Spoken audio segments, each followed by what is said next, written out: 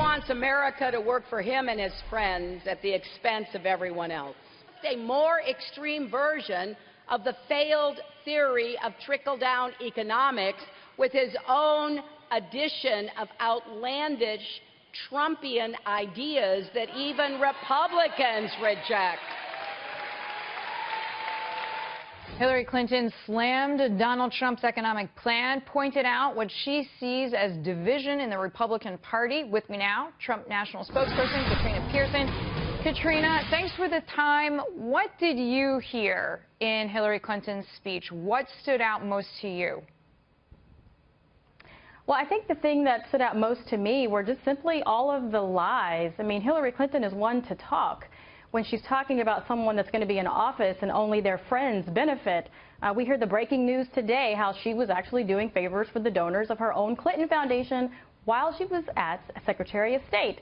The other thing, though, most importantly, was about taxes. Hillary Clinton is going to raise taxes. And when you add up all of the new spending she was talking about today, we're looking at over $1 trillion in new spending and tax hikes on those who create jobs in this country. The lies that she told specifically about the Trans-Pacific Partnership, Hillary Clinton has no intentions of stopping that trade deal that she once referred to as the gold standard, and she's not going to regulate the banks. She was the one lobbying for the banks and the creditors that put those students in massive debt when it came to their school loans, and all of a sudden, she cares about the students. Well, Katrina, you're not the only person who finds inconsistencies and even people saying we're not quite sure what she's going to do, even if she were elected, because her positions, particularly towards Wall Street, have been conflicted at best. I want to ask you about something else, though, because Time magazine is reporting that RNC chairman Reince Priebus told Donald Trump last week that if Donald Trump doesn't turn his campaign around, the party could pull its financial support and really focus more on some of the congressional races. As far as you know, did that happen? No, not at all. In fact, Donald Trump's been raising a ton of money for the RNC, so I find that to be, contradictory in and of itself. But I think the most important thing today is when we're looking at campaigns, let's talk about the issues. Everyone wants to talk about the issues, not what's going on in a party or who's fighting with who, because that has been one of the themes. Donald Trump is an outsider candidate. It's no secret that a lot of the establishment Republicans are not supporting him because, again, there's a lot of pay-to-play going on in Washington, D.C. It's all about corruption. It has been for a very long time, which is what spawned Donald Trump voters and Bernie Sanders voters. And we now have an opportunity to drill down and really expose the corruption in Washington, D.C. and how Donald Trump is on the outside of it all and is able to fix it. Katrina, what details will come? Because there's a lot of people who felt like they understood a few of the things that he said in the economic plan. That is to say, the simplification of the tax code. You probably heard cheering across the country, right? Going from 7 brackets down to 3, or as he calls it, 4, because he's counting 0 as a tax bracket. But that is beauty to many people's ears and minds.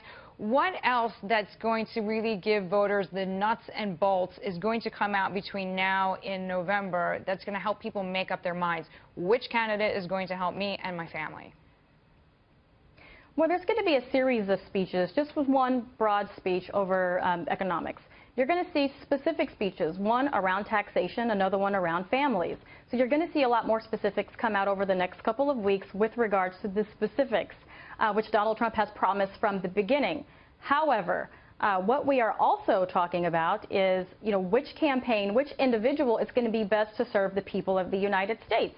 And the real contrast is Hillary Clinton and all of her lies. Her speech today, I don't think anyone believed, because everything that she said, she's done the exact opposite. So can you even trust what she says moving forward? The answer is no. Donald Trump is someone that can go out there and put forth a vision, someone who is not funded and backed by all the entities that he's claiming to be against. And the American voter understands that. And I also thought it was interesting today that she, for the longest time since Donald Trump entered this race, complained about the voters. She always says Donald Trump voters, they don't really have college degrees. And then comes out today with this, oh, we have a plan for people. Not college isn't for everyone.